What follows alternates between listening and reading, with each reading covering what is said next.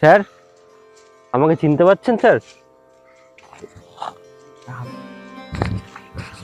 না, তোমাকে তো ঠিক চিনতে পারছি না। স্যার, আপনি আমাকে চিনতে পারছেন না? আমি একসময় আপনার ছাত্র ছিলাম।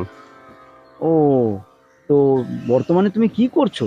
হ্যাঁ স্যার, বর্তমানে আমি আপনার মতো এক শিক্ষকতা করছি এখন। বাহ, খুব খুশি হলাম। আমার মতো হয়েছে তাহলে।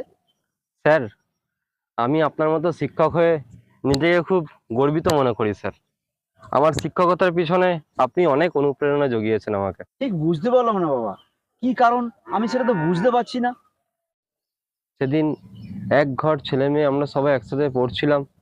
একটা ছেলের হাতের ঘড়ি আমার খুব পছন্দ হয়েছিল।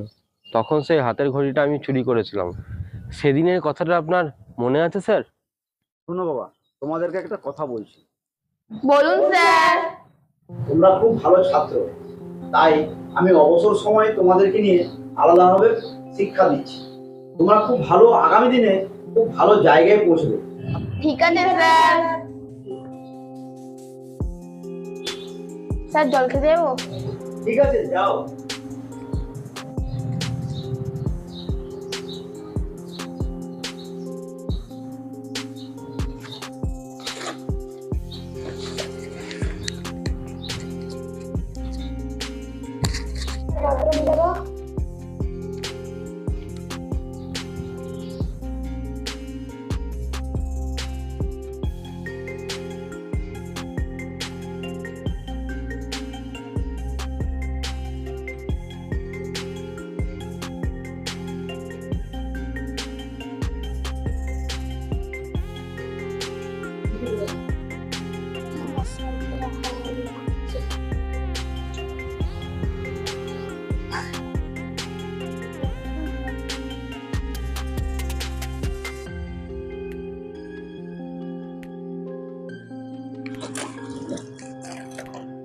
আমার ঘড়িটা কোথায় গেল?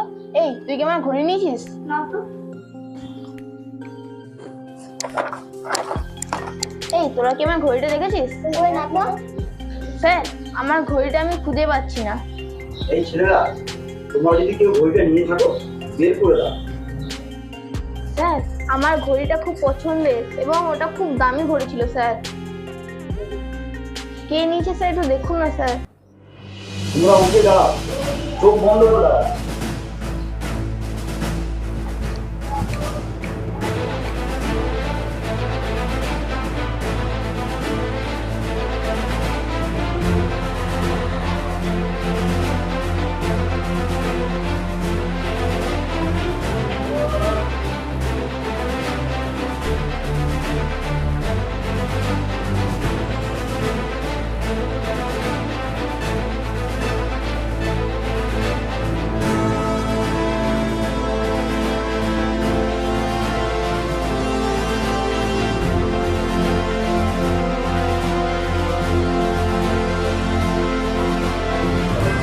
তোমরা চুপ করে বসে যাও।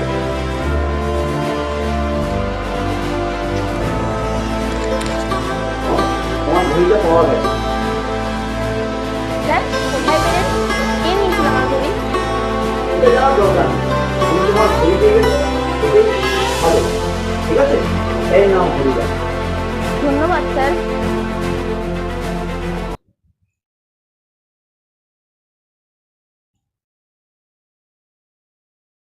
সেদিনের ঘটনা আমার দিব্যি মনে আছে, কিন্তু আমি মনে রাখিনি।